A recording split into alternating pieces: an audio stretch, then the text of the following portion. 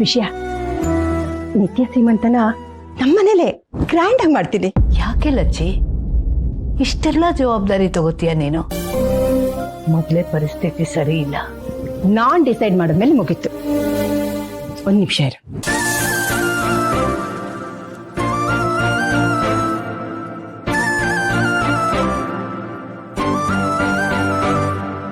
ತಗೋ, ನನ್ನ ಕಡೆಯಿಂದ ಸ್ಮಾಲ್ ಗಿಫ್ಟ್. ಯಾಕೆ ಇದೆಲ್ಲ? ಪ್ರತಿ ಸಾರಿ ನೀ ಏನಾದ್ರೂ ಕೊಡ್ತಾನೆ ಇರ್ತೀಯ, ತಗೊಳಕ್ ನನ್ಗೆ ಎಷ್ಟು ಮುಜುಗರ ಆಗುತ್ತೆ ಗೊತ್ತಾ? ನೋಡು, ನಿನ್ಗೆ ಈ ತರ ಪರ್ಸು ಅಂದ್ರೆ ತುಂಬಾ ಇಷ್ಟ ಅಂತ ನನ್ಗೆ ಗೊತ್ತು, ಅದಕ್ಕೆ ತಂದಿರೋದು. ತಗೋ ತಗೋ ತಗೋ ತಗೋ ತಗೋ ಅಂದ್ರೆ ತಗೋಬೇಕು.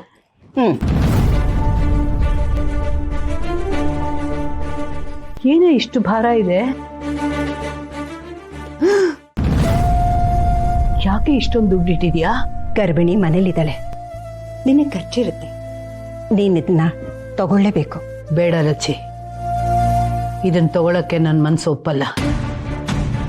ದುಡ್ಡು ಬೇಕು ಅಂದ್ರೆ ನಿನ್ನನ್ನೇ ಕೇಳ್ತೀನಿ, ಹೀಗೆಲ್ಲ ಒತ್ತಾಯ ಮಾಡಬೇಡ.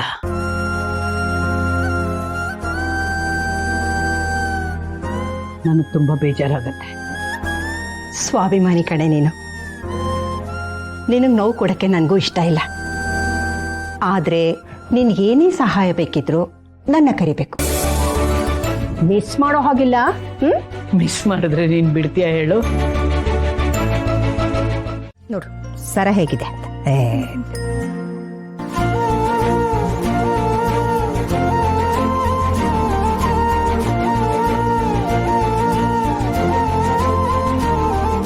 ಅಮ್ಮ, ನಿಮ್ಮ ಸಹನೆಯಿಂದ ನಾನು ಕಲಿಯೋದು ತುಂಬಾನೇ ಇದೆ ಅಮ್ಮ.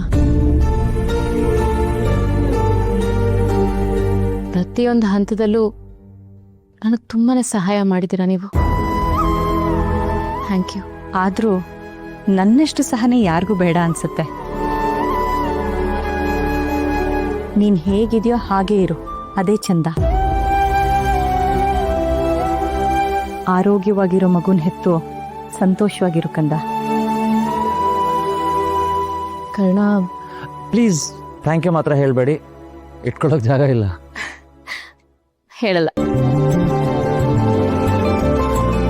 ಆದರೆ ಕತ್ಲಾಗಿ ನನ್ನ ಬದುಕಲ್ಲಿ ದಾರಿ ತೋರ್ಸಿದ್ ನೀವು, ಧೈರ್ಯ ತುಂಬಿದವ್ರು ನೀವು.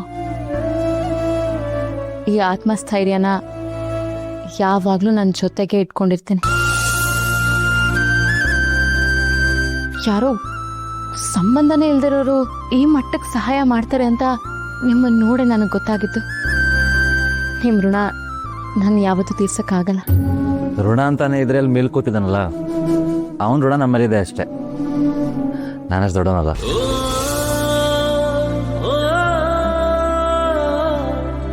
ಆದ್ರೆ ನನ್ನ ಪಾಲಿಗೆ ನೀವು ಕಣ್ಣಿಗೆ ಕಾಣಿಸಿದ ದೇವ್ರು. ಪ್ಲೀಸ್ ಬರ್ತೀನಿ. ಕರ್ಣ, ನಿನ್ನ ಉಪಕಾರ ಸದಾ ನನ್ನ ನೆನಪಲ್ಲಿರುತ್ತಪ್ಪ. ನೀವಿಬ್ರು ಯಾವಾಗ್ಲೂ ಚೆನ್ನಾಗಿರಿ. ಆಸ್ಪತ್ರೆ ಕೆಲಸ ಅಂತ ಮನೆ ಕಡೆ ಮರ್ತು ಬಿಡ್ಬೇಡಿ, ಬರ್ತಾ ಇರಿ. ಡೆಫಿನೆಟ್ಲಿ. ನನ್ನ ಹೆಂಡತಿ ತವ್ರ ಮನೆ ವಿಸಿಟ್ ಮಾಡ್ದಿರಕ್ಕಾಗುತ್ತಾ? ಈ ಫ್ರೆಂಡನ್ನು ಮಾತ್ರ ಕರಿತಿಲ್ಲ, ಎಲ್ಲರನ್ನೂ ಕರಿತಿದ್ದಾಳೆ. ಅಯ್ಯೋ, ನೀನ್ ಕರೀದೇ ಇದ್ರು ಬರ್ತೀಯ ಅಂತ ನನಗೆ ಚೆನ್ನಾಗಿ ಗೊತ್ತು. ನೋಡು, ನಾಳೆ ನೀನ್ ಬಾ, ಇಬ್ರು ಗಂಟೆ ಕಟ್ಲೆ ಕೂತ್ಕೊಂಡು ಮಾತಾಡೋಣ, ಸರಿನಾ? ಏಯ್, ಓವರ್ ಆಕ್ಟ್ ಮಾಡಬೇಡ, ನೀನೇನು ಅಂತ ನನಗೆ ಚೆನ್ನಾಗಿ ಗೊತ್ತು.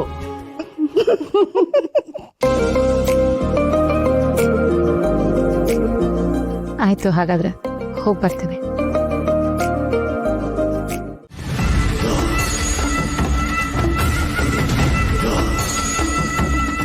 ಅಲ್ವೇ, ಈ ಅತ್ತೆ ಮತ್ತೆ ಅಕ್ಕಂಗೆ ಏನಾಗಿದೆ ಅಂತ ಇವ್ರನ್ನ ಉದ್ಧಾರ ಮಾಡೋ ಕೆಲ್ಸಕ್ಕೆ ಹೊರಟಿದ್ದಾರೆ.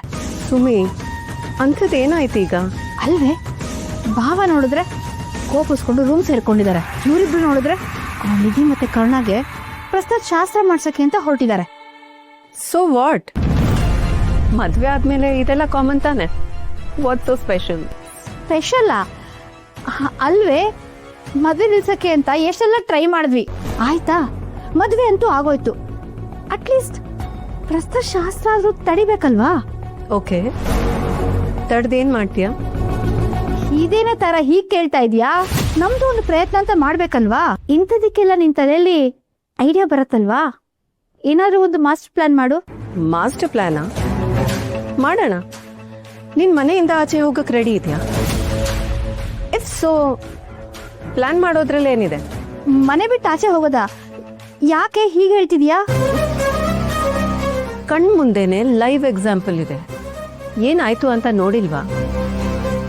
ಅಣ್ಣ ಎಡವಟ್ ಮಾಡಿ ಸಿಕ್ಕಾಕೊಂಡ. ಅಮ್ಮ ಮನೆ ಬಿಟ್ಟು ಆಚೆ ಹೋಗು ಅಂದ್ರು.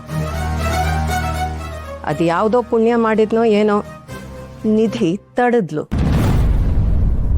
ಒಂದ್ ವೇಳೆ ನಾವೇನಾದ್ರೂ ಸಿಕ್ಕಾಕೊಂಡ್ರೆ ಮೈ ಮೇಲಿರೋ ಬಟ್ಟೆ ಮಾತ್ರ ಗತಿಯಾಗತ್ತೆ. ಅರ್ಥ ಆಯ್ತಾ? ಹಾಗಂತೀಯಾ? ಇನ್ನೇನ್ ಮತ್ತೆ, ಪ್ರವಾಹಕ್ಕೆ ಎದುರಾಗಿ ಈಜಬಾರ್ದು. ನೀರೆಲ್ಲ ಇಳಿಯೋ ತನಕ ಒಂದ್ ಕಡೆ ಸುಮ್ಮನೆ ನಿಂತ್ಕೊಂಡು ನೋಡ್ತಾ ಇರಬೇಕು.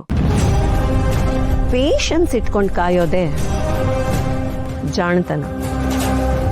ಸಮಯ ಬಂದಾಗ ಸಾಧಿಸ್ಬೇಕು, ಟೈಮ್ ಬಂದಾಗ ಬ್ಲಾಸ್ಟ್ ಮಾಡಬೇಕು. ಯಾವುದೇ ಕಾರಣಕ್ಕೂ ಯಾವುದಕ್ಕೂ ದುಡುಕ್ಬಾರ್ದು. ಅರ್ಥ ಆಯ್ತಾ? ಹೌದಲ್ವಾ? ಇದೆಲ್ಲ ಹೇಳಿ ತುಂಬಾ ಒಳ್ಳೆ ಕೆಲಸ ಮಾಡಿದೆ. ಇಲ್ಲದೆ ಹೋಗಿದ್ರೆ ಕಂಡದ್ಮೇಲೆ ಕಾಲಿಟ್ಟ ಹಾಗಾಗ್ತಿತ್ತು. ಬಾಬಾ, ಮನೆಯಲ್ಲಿ ಪ್ರಳಯ ಬೇಕಾದ್ರೂ ಆಗ್ಲಿ, ಆದ್ರೆ ನಾನ್ ಮಾತ್ರ ಮನೆಯಿಂದ ಆಚೆ ಹೋಗದೆ ಇರೋ ಹಾಗೆ ಕಾಪಾಡಪ್ಪ.